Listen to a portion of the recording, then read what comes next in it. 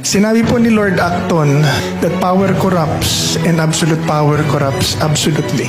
We are looking at the Constitution that brought us here to this predicament sa pinakita ko po kanina sa mga slides at talaan ng katayuan ng ating bayan. Dahil it is this very Constitution that gave so much power to Congress and the President to intervene in every aspects in every part of our life, liberty, and property.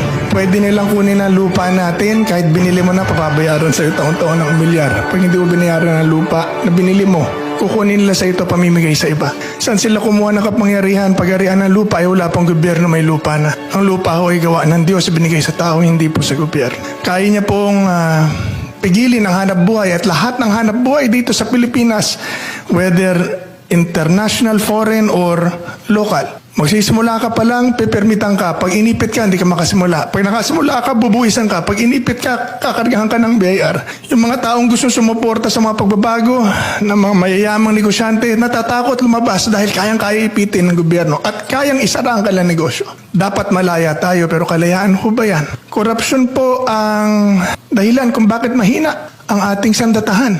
Nasa talaan din po yan. Dahil sa korupsyon na aapektuhan ng ating depensa. At korupsyon po ay nagmumula sa sobrang kapangyarihan na maibigay sa isang opisina, isang departamento, isang tao. Ang kapangyarihan na sobrang kapangyarihan, we know that political power always redound to economic power. Kaya ang lahat ng negosyo dito sa buong Pilipinas, lahat na po ng negosyo dito sa buong Pilipinas, lahat kasali ang gobyerno. Hindi tayo makapangalakal na malaya. Kaya apektado ng sobrang kapangyarihang gobyerno ang ekonomiya. Ang ating mga local government hindi makapalag sa national government, sa Pangulo pag midterm election. Bakit? Hawak nila ang pera. Hawak din nila ang police. Kahit mayor ka, pag kinainisan ka ng national government, tatanggalan ka ng police. Hindi ka bibigyan ng budget, kakampi ka ngayon sa kanila. Ang mga tao, paano?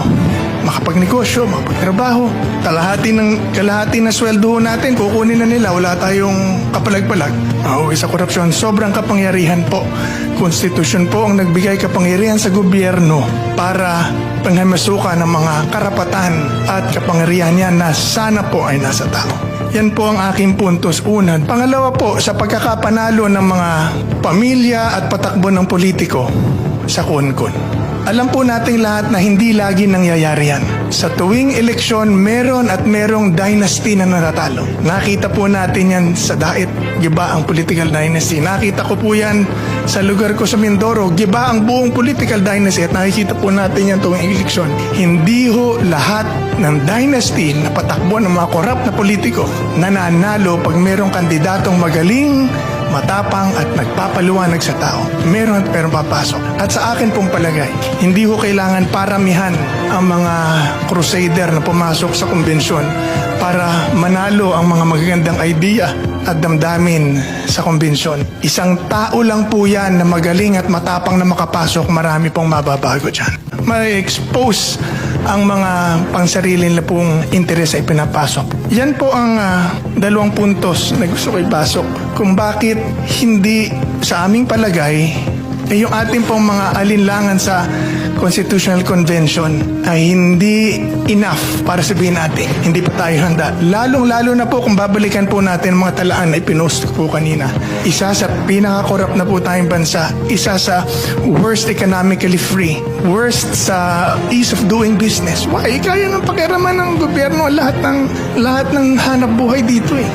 One of the weakest military in the world. Kaya po, sa aming palagay, napapanahon na po, lalo na kung maintindihan ng ating mga kababayan, ang pagpapalit ng saling batas through a constitutional convention so that they can be represented directly. Maraming salamat po.